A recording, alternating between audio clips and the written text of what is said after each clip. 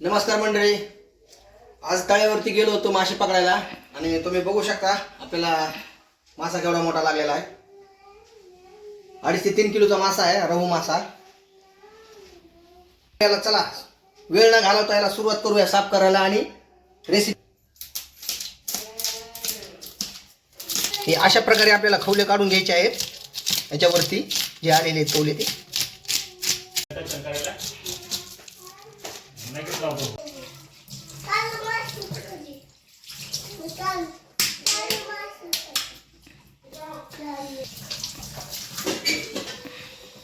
अशा प्रकारे खवले काढून झालेले आहेत. आपले खवले काढलेले आहेत पुरेपुरे. हे बघा, पुरे खवले काढलेले त्याच्यावरती.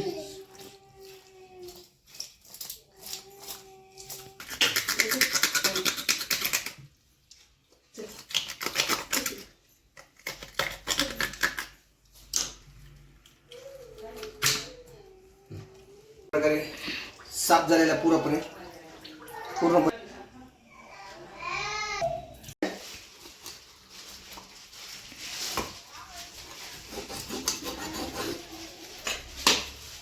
स्वच्छ प्रकारे असा मासा धुवून घेतलेला आहे.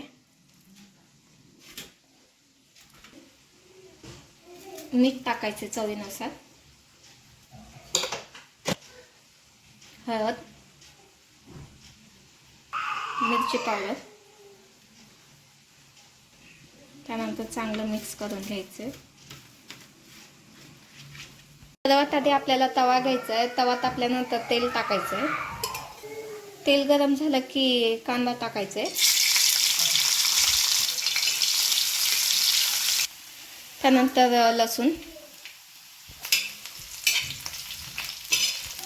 टमाटे, 2 आहेत टमाटे, दोन बारीक चिरून घेतलेले आहेत टमाटे. कोथिंबीर घ्यायचं थोडंसं, चांगलं तेलात तळसून घ्यायचं. मस्त अशा प्रकारे तळसून घेतलेला आहे मसाला तेलात. मिक्सरच्या भांड्यातनं एकदम बारीक काढून घ्यायचे. मिक्सरमधनं बारीक काढून घेऊ. थोडंसं पाणी टाकायचं.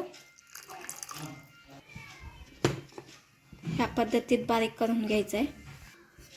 कढाई घ्यायची आहे. कढाईत तेल टाकायचं. त्यानंतर गरम झालं की तेल जे आपण मासे हे करून ठेवले होते ते तेलात सोडायचे.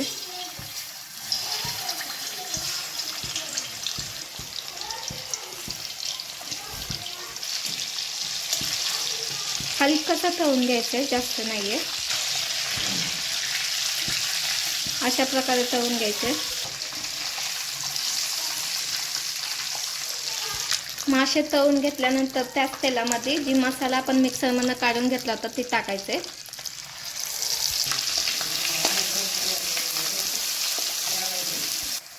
त्यानंतर अद्रक लसणाची पेस्ट, हळद, थोडंसं लाल मिरची पावडर, चवीनुसार मीठ, आंबारी घेतली आहे सुहाण्याची ती टाकायची आहे. थोडंसं धनिया पावडर,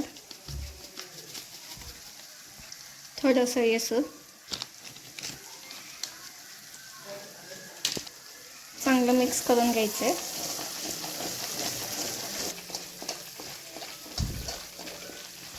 त्यानंतर पाणी,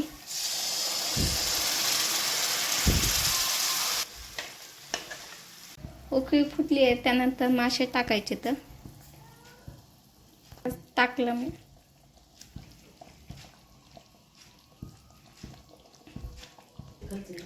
भाजी मिक्स करायची आहे.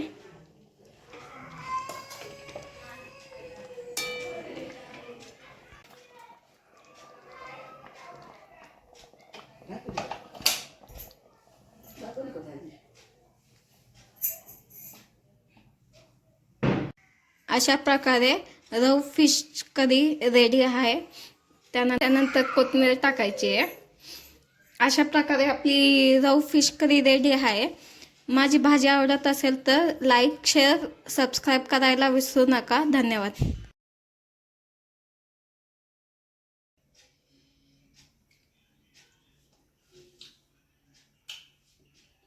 एक नंबर भाजी झालेली मित्रांनो,